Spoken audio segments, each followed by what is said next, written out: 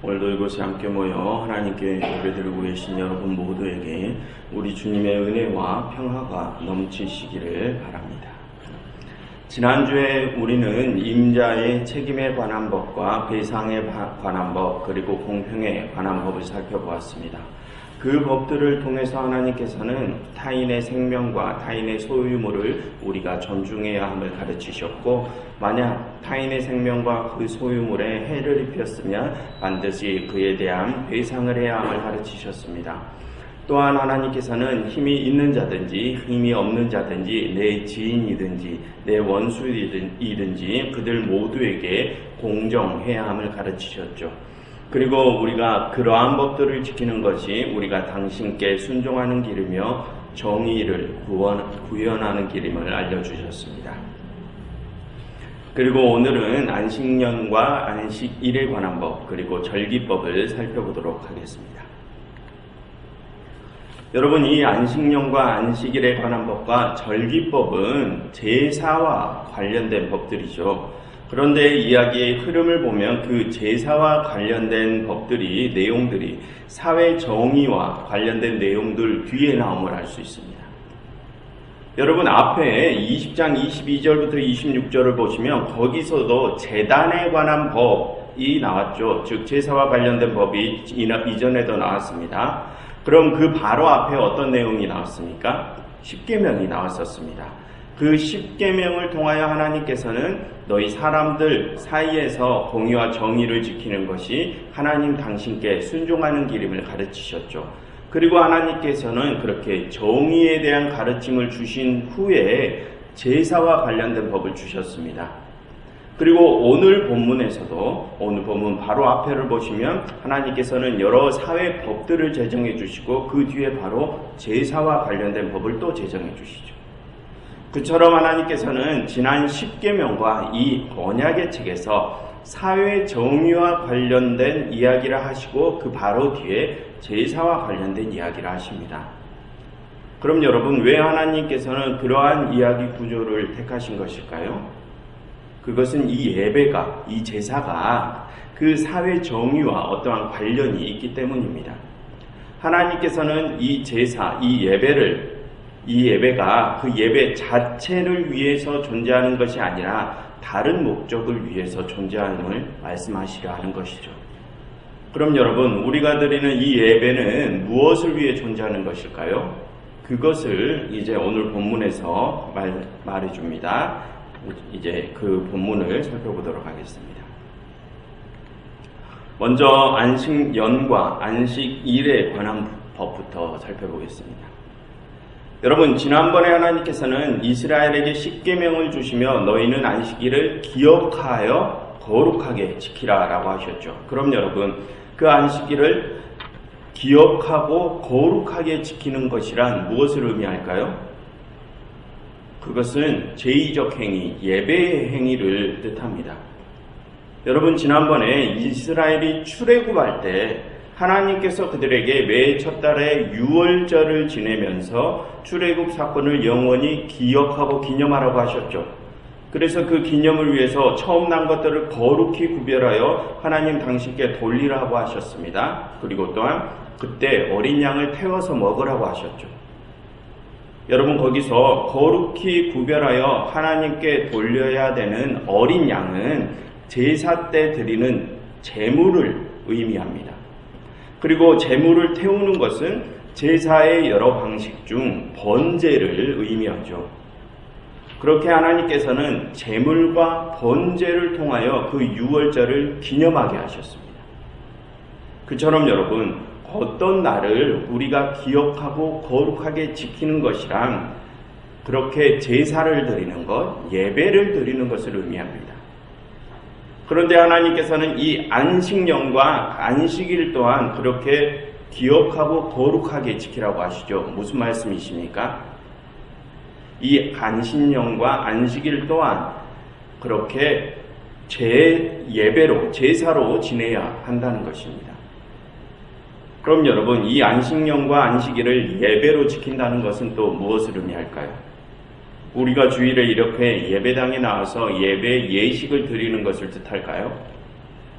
물론 그런 의미도 있습니다. 하지만 하나님께서 말씀하시는 예배란 우리가 지금 드리는 이 예배 예식을 넘어선 보다 넓은 큰 의미를 가지고 있습니다. 그럼 그 넓은 의미가 무엇이냐? 그것을 이제 하나님께서 말씀해 주십니다. 먼저 10절과 11절을 보시면 하나님께서는 6해 동안은 자신의 땅에 파종한 소산을 거두어 들이되 7째 해에는 갈지 말고 묵혀두라 하십니다. 그럼 여러분 7째 해에 파종한 것을 거두지 말라 하시는 이유가 무엇입니까? 거기에 또 나와 있습니다. 가난한 자들과 들짐승이 먹게 하기 위해서입니다. 그처럼 하나님께서는 그 안식년에 당신의 백성들이 가난한 자들과 들짐승들을 돌보기 원하십니다. 그런데 여러분, 우리는 그 내용을 통해서 다음과 같은 것들을 생각해 볼 수 있습니다. 여러분, 지금 하나님께서는 6년 동안은 내가 일하는 것을 거두어 들이되 7년째의 소출은 약한 자들을 위해서 베풀라고 하시죠. 그럼 여러분, 그 7년째 해에는 나는 어떻게 살아갑니까? 그때 나는 거두어 들인 것이 없는데 말입니다. 여러분, 그 안식년에는 내가 거두어 들일 소출이 없습니다. 그럼 그 안식년을 대비해서 앞에 6년 동안 저축을 해놔야 그 안식년에 소출을 거두지 않아도 내가 살아갈 수 있겠죠. 그처럼 지금 하나님께서 주신 이 명령에는 앞에 6년 동안 저축하라는 내용이 포함되어 있는 것입니다. 그래서 여러분, 우리는 여기서 우리가 타인을 도울 때는 우리가 쓰고 남은 것으로 돕는 것이 아니라 그 도울 것을 미리 계획적으로 남겨두고 그것을 위해서 내 소비를 줄이고 절약해서 남을 도와야 함을 알 수 있습니다. 여러분, 그것은 11조의 원리와 똑같죠. 그 11조도 레위인들이나 가난한 자들을 위해 나의 소득의 10분의 1을 미리 떼어 놓는 것을 말하지 않습니까? 그래서 그렇게 그 도울 것을 미리 떼어 놓기 위해서는 내가 쓸 것을 아끼고 줄여야 하죠. 그처럼 그 11조의 원리도 이 안식년법의 원리와 같습니다. 그러니 우리가 타인을 도울 때는 내가 쓰고 남은 것으로 돕는 것이 아니라 내가 쓸 것을 아끼고 줄여서 미리 그 도울 것을 떼어 놓아야 함을 기억해야 합니다. 그리고 여기서 우리는 우리 인간 이외에 다른 피조물들도 보살펴야 함을 알 수 있습니다. 여러분, 11절을 다시 보시면 안식년에 논밭의 소출을 거두지 말 것은 가난한 자들과 또 들짐승들이 먹게 하기 위해서라고 하시죠. 그리고 다음 12절로 보시면 하나님께서는 엿새 동안은 일하고 7일째에는 쉬되 여종과 나그네 뿐만이 아니라 소와 나귀도 쉬어야 한다고 하십니다.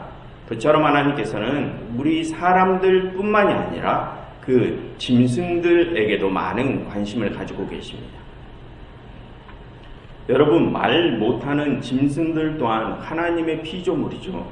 그래서 하나님께서는 아담에게 그 타 피조물들을 지키고 보호해야 할 임무를 맡기셨습니다. 그러니 우리는 그 짐승들의 생명과 안위도 존중하고 그들을 보호해야 함도 잊지 말아야 할 것입니다. 그리고 또 우리는 여기서 약한 자들 역시 앞에 두 가지 명령들을 지켜야 한다는 것을 알 수 있습니다. 여러분, 다시 11절을 보시겠습니까?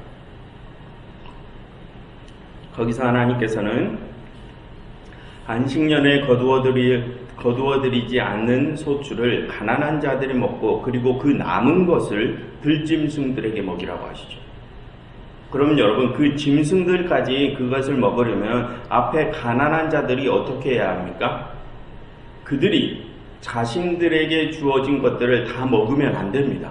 그들 역시 자신들보다 더 약한 존재들을 위해서 자신들의 것을 아끼고 남겨두어야 하죠. 그처럼 여러분, 가난하고 약한 자들이라고 해서 이 안식년과 안식일에 해야 할 일이 면제되는 것은 아닙니다. 그들도 역시 다른 이들과 똑같이 자신에게 주어진 것을 아끼고 남겨서 나보다 더 약한 이들을 도와야 하죠. 여러분, 어떤 분들은 나는 지금 형편이 어려워서 나중에 여유가 좀 생기면 그때 도와야지 라고 이런 생각을 가지신 분들이 계시죠. 하지만 여러분, 지금 하나님께서는 뭐라고 말씀하십니까? 남을 돕는 일은 내가 여유가 있든 없든 그것과는 상관이 없다고 하십니다. 내게 주어진 것이 많든 적든 그 중에 일부는 무조건 타인을 돕는 데 사용해야 한다고 하십니다. 그게 하나님께서 정해주신 원칙입니다. 여러분, 지난주에 말씀드렸듯이 하나님께서는 모든 사람들을 공정하게 대하십니다. 그러니 있는 자든 없는 자든 그들 모두가 동일하게 나보다 약한 이들을 도와야 하는 것입니다. 그런데 그런 하나님의 명령이 있음에도 불구하고 어떤 분들은 나는 형편이 어렵다면서 평생 받기만 하시는 분들이 계시죠. 그들은 그렇게 타인에게 배려와 도움을 받는 것에만 익숙해져서 나중에 가면 마치 자신들이 타인에게 그 배려와 도움을 받는 것이 자신들의 권리인 것 마냥 착각하게 되는 지경에까지 이르게 됩니다. 그래서 그 배려와 도움을 타인에게 강요하는 경우도 허다하게 생기죠.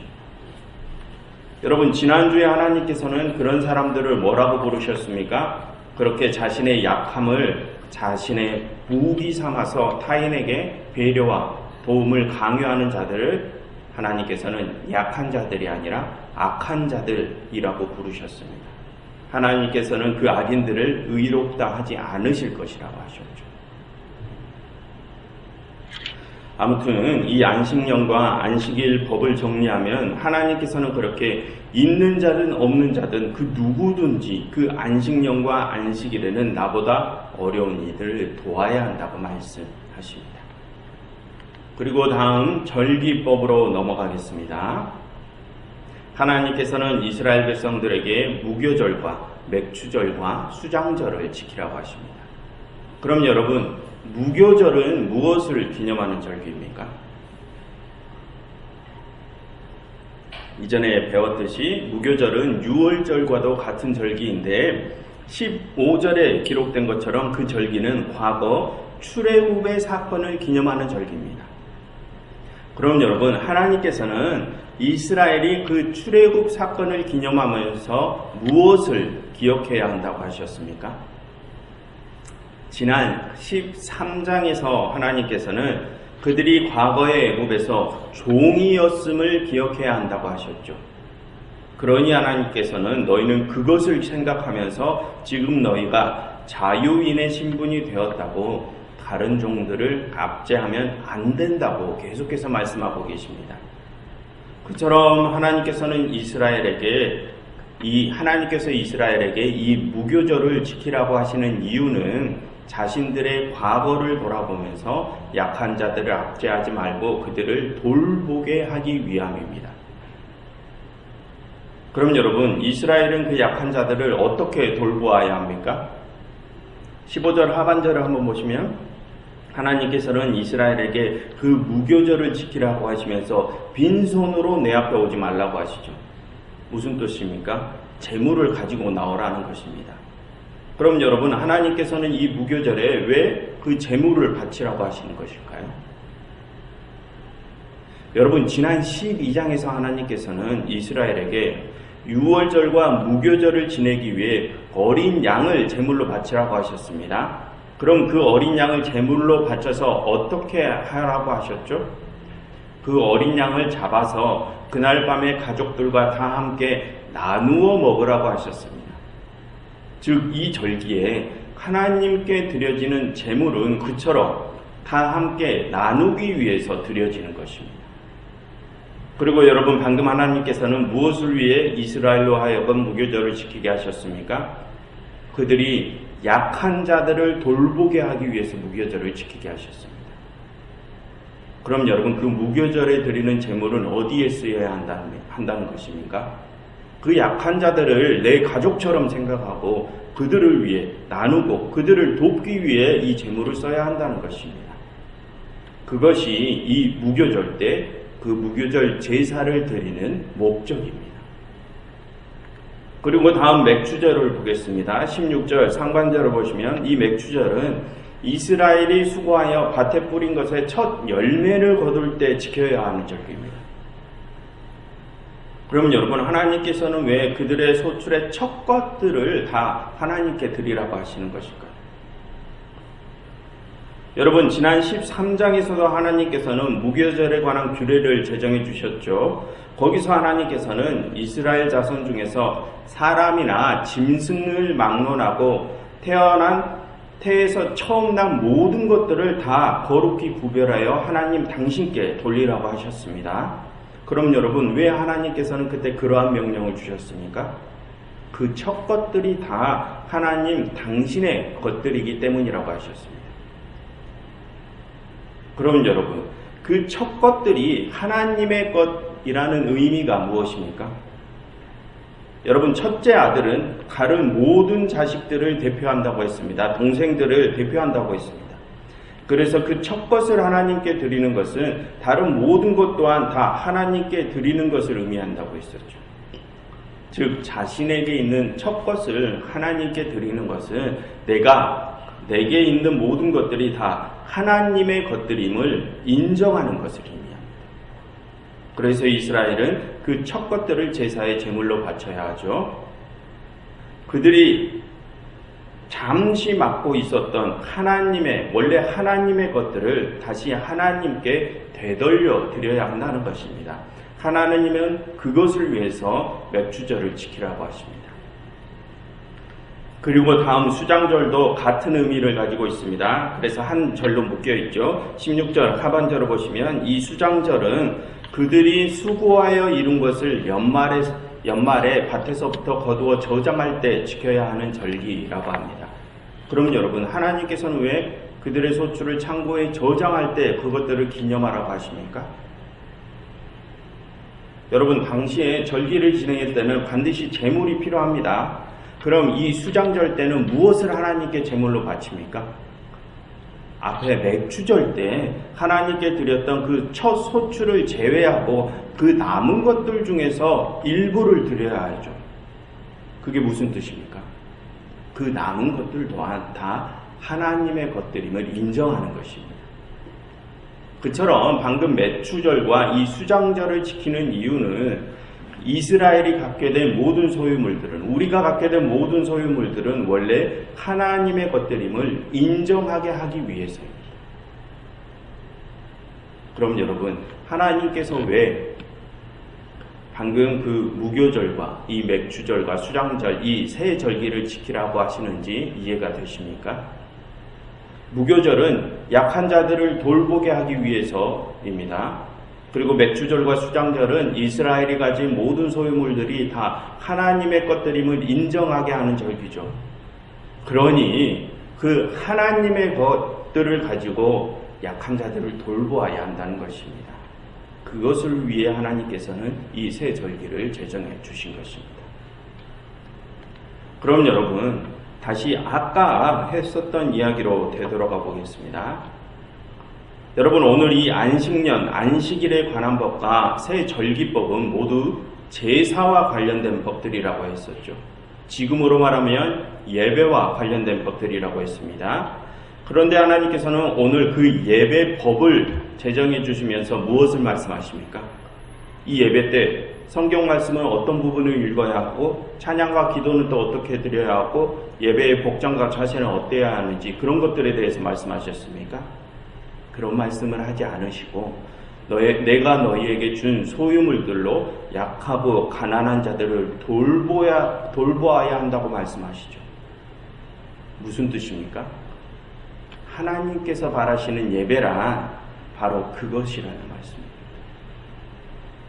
여러분, 지난주에 하나님께서는 우리가 약하고 가난한 자들을 돌보고 그들에게도 공정한 기회를 제공하는 것이 사회 정의라고 했습니다. 하나님께서 원하시는 정의라고 했었죠. 즉, 우리가 우리의 삶에서 그 정의를 실현하는 것이 하나님께서 진정으로 바라시는 예배라는 것입니다. 그럼 여러분, 매주일 우리가 이 시간 이 자리에 모여서 드리는 이 예배 예식은 무엇입니까? 이 예배 예식은 우리의 일주일 동안의 그 모든 삶들을 대표하는 것입니다. 그래서 이 예배 예식을 통하여 우리는 하나님 앞에 무릎 꿇고 새롭게 시작되는 한 주 동안 우리에게 주어진 그 모든 삶 속에서 우리가 오직 하나님의 정의를 실현하며 살 것을 기억하고 다짐하게 됩니다.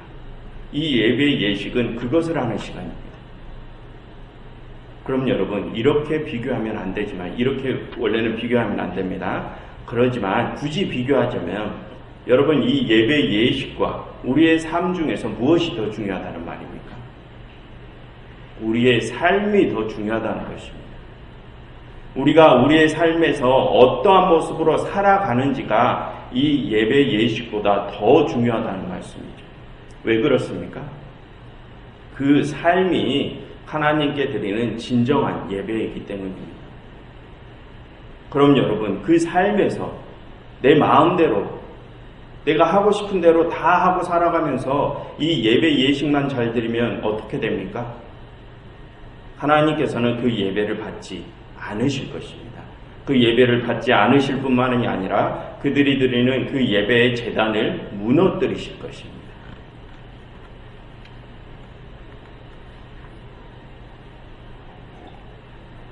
여러분, 성경 구절 몇 부분을 함께 읽어보겠습니다. 성경을 직접 찾아보시면 좋고 찾기 어려우신 분들은 화면을 보시면서 함께 읽어보겠습니다. 먼저 아모스 5장 21절부터 24절의 말씀입니다. 하나님께서는 범죄한 이스라엘, 당신의 백성들이 이스라엘에게 이렇게 말씀하십니다. 함께 읽겠습니다. 내가 너희 절기들을 미워하여 멸시하며 너희의 성회들을 기뻐하지 아니하나니 너희가 내게 번제나 소제를 드릴지라도 내가 받지 아니할 것이요 너희의 살찐 희생의 화목제도 내가 돌아보지 아니하리라. 내 노랫소리를 내 앞에서 그칠지어다 내 비파소리도 내가 듣지 아니하리라. 오직 정의를 무같이 공의를 마르지 않는 강같이 흐르게 할지어다. 이번에는 예레미야 7장 3절에서 11절의 말씀을 함께 읽겠습니다. 하나님께서는 범죄한 자신의 백성 유다 백성들에게 이렇게 말씀하십니다. 함께 읽겠습니다. 만군의 여호와 이스라엘의 하나님께서 이와 같이 말씀하시되 너희의 길과 행위를 바르게 하라. 그래야면 내가 너희로 이곳에 살게 하리라. 너희는 이것이 여호와의 성전이라 여호와의 성전이라 여호와의 성전이라 하는 거짓말을 믿지 말라. 너희가 만일 길과 행위를 참으로 바르게 하여 이웃들 사이에 정의를 행하며 이방인과 고아와 과부를 압제하지 아니하며 무죄한 자의 피를 이곳에서 흘리지 아니하며 다른 신들 뒤를 따라 화를 자초하지 아니하며 내가 너희를 살게 하리니 곧 너희 조상에게 영원 무궁토록 준 땅이니라. 보라, 너희가 무익한 거짓말을 의존하는도다. 너희가 도둑질하며 살인하며 간음하며 거짓을 행하며 바알에게 분향하며 너희가 알지 못하는 다른 신들을 따르며 내 이름으로 일컬음을 받은 이 집에 들어와서 내 앞에 서서 말하기를 우리가 구원을 얻었나이다 하느냐. 이는 이 모든 가증한 일을 행하려 함이로다. 내 이름으로 일컬음을 받은 이 집이 너희의 눈에는 도둑의 속으로 보이느냐. 보라, 나 곧 내가 그것을 보았노라. 여호와의 말씀이니라. 여러분, 살펴보신 것처럼 하나님께서는 우리가 우리의 삶 속에서는 정의를 행하지 아니하면서 하나님께 예배 예식만 드리는 것을 아주 싫어하십니다. 하나님께서는 그 예배를 인정하지 않으시고 그 예배를 받지 않으시죠. 그래서 예수님께서 말씀하시지 않습니까? 그 강도의 소굴로 만들어버린 그 강도의 소굴이 되어버린 그 성전을 무너뜨리시겠다고 말씀하십니다. 그처럼 여러분, 하나님께서는 이 예배 예식보다 우리가 이 예배 예식을 통하여 우리의 삶 속에서 정의를 실현하며 사는 것에 더 관심이 많으십니다. 하나님께서는 우리의 삶으로 드리는 예배를 원하시죠. 여러분, 오늘 하나님께서는 3가지 절기법들을 제정해 주셨죠. 그런데 여러분, 그 무교절과 맥추절과 수장절은 원래 이스라엘의 농경 축제들이었습니다. 원래부터 그것들이 제사였던